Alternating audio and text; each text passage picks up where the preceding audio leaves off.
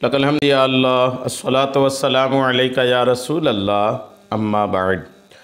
सिलसिला है नाज़रीन की तरफ से पूछे गए सवालों के जवाब पेश करने का। हमारे नाज़रीन में से एक ने यह पूछा है कि उश्र के बदले में उश्र में जो अनाज निकल रहा है उसके बदले में कोई अगर रकम फ़ी सबीलिल्लाह देना चाहे तो शरअन इसकी क्या हैसियत है। उश्र ये ज़मीन से उगने वाली चीज़ों में उश्र अदा की जाती है। अब ये उश्र में चूँकि अनाज ही निकलता है, जैसे आप धान का उश्र निकाल रहे हैं तो वो जाहिर सी बात है धान ही निकलेगा।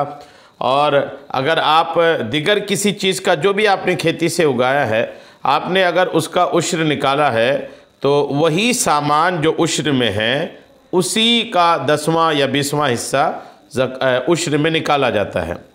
अब किसी ने ये पूछा है कि हम उश्र में जो अनाज निकल रहा है उस अनाज की जगह अगर रकम देना चाहें, पैसा देना चाहें, अनाज ना दे करके अनाज की जो कीमत हो रही है वो कीमत हम अपने पास से अदा कर दें तो उश्र अदा होगा या नहीं।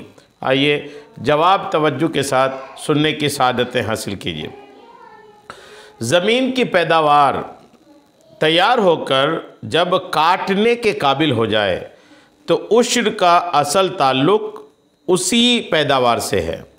अलबत्ता उश्र देने में मालिक को शरअन इख्तियार हासिल है, चाहे तो उसी पैदावार में से उश्र दे दे और चाहे तो उसकी कीमत दे दे। ताहम अगर कीमत के हिसाब से उश्र अदा करना हो तो उस मालियत का एतबार होगा जो पैदावार पक जाने के बाद कटाई के वक्त उसकी कीमत होती है। ये बदाए में किताबुल ज़कात के जिल्द 2 की सफ़ा 63 में लिखा है। क्या मतलब इसका, मैं इसको आसान करता हूँ अपने अंदाज में।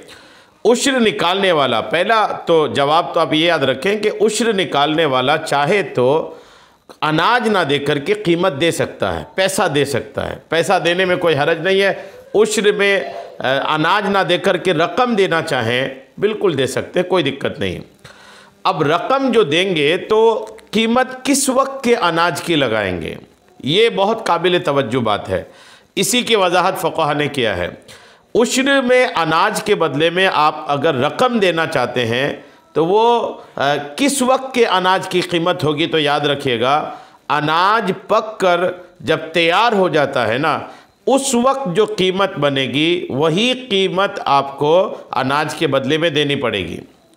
जब अनाज आपका जो भी आप ज़मीन से उग रहा है उसका आप उश्र देना चाहते हैं तो वो जब तैयार हो जाता है, तैयार हो जाने के बाद जो कीमत बनती है वही कीमत उश्र के अनाज के बदले में आप देना चाहें तो शरीयत आपको इसकी बिल्कुल इजाज़त देती है।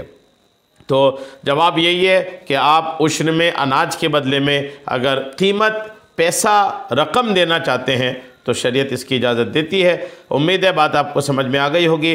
अल्लाह करीम हम सबको शरीअत के तमाम मसाइल सीखने, समझने और उस पर अमल की तौफ़ीक़ अता फ़रमाए।